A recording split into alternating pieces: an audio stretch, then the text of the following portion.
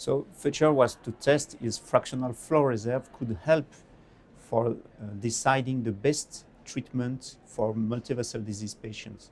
We know from age now that fractional flow reserve is very helpful to detect ischemia and to guide PCI. So in the PCI field, FFR is very mature, but beforehand, because coronary patients could be treated by CABG, PCI, and optimal medical treatment only, then we don't know if FFR could help. So feature was the first study to test as a strategy is FFR is helpful. So the point was to enroll patients with 3-vessel disease or 2-vessel disease, including LAD. That means that some kind of ambivalence of treatment could exist between CABG and PCI, and then to randomize the use of FFR at the moment of angio. And then to see if using FFR could downgrade the treatment from CABG to PCI or to PCI to OMT, and to see if for the patients that would improve outcome. And the first surprise was that around at half of enrollment, DSMB flagged a red signal that in the FFR group there was an increase of mortality, totally unexpected. That was not related to procedure because death occurred later on, but the signal was strong because DSMB made 2 analyses before saying that stop of enrollment would be necessary. And now we have final result with the more than 900 patients we could have enrolled with at minimum 1 year of follow-up. And we confirmed that in the FFR arm, there was an excess of mortality, actually a 2-fold increase of mortality. So that's bad news. The good news is that using FFR, we can increase the rate of patients treated only by medical treatment. With angioguiding, around 9% of patients had OMT, and with FFR, that was 17%, 2-fold increase. And those patients get very well, almost had probably the best outcome. So that was the good news. We can decrease, the rate of revasc. And the last question is why is this mortality signal with FFR?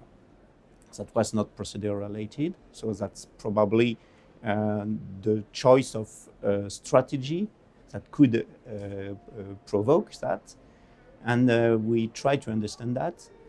So patients who disease were more severe with more 3-vessel disease, had a very high syntax score, higher than in the control group, and had stable angina.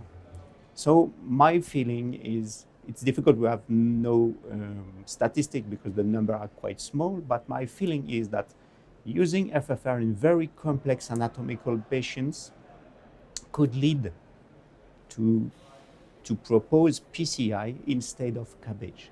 So my advice, according to the future results, is that in complex patients, FFR is helpful to detect artery with ischemia, but if anatomy is complex, then you have to pull back your wire and to call the surgeon or to discuss in heart team for those patients.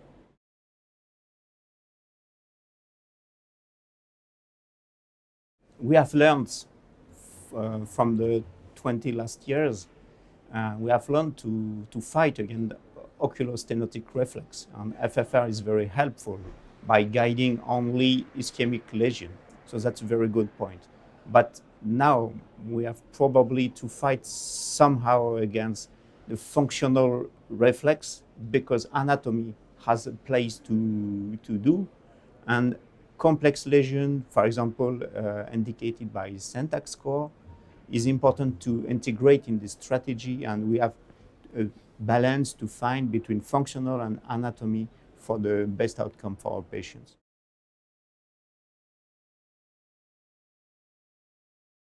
Future was trial searching the best strategy. So that's not typically a study for physiology or functional testing.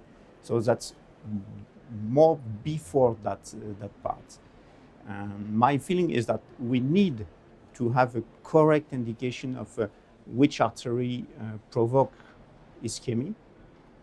But then, after this info, we have to integrate this info with the clinical concept, with the anatomy, so that FFR must add info, but is not the only info for treating patients.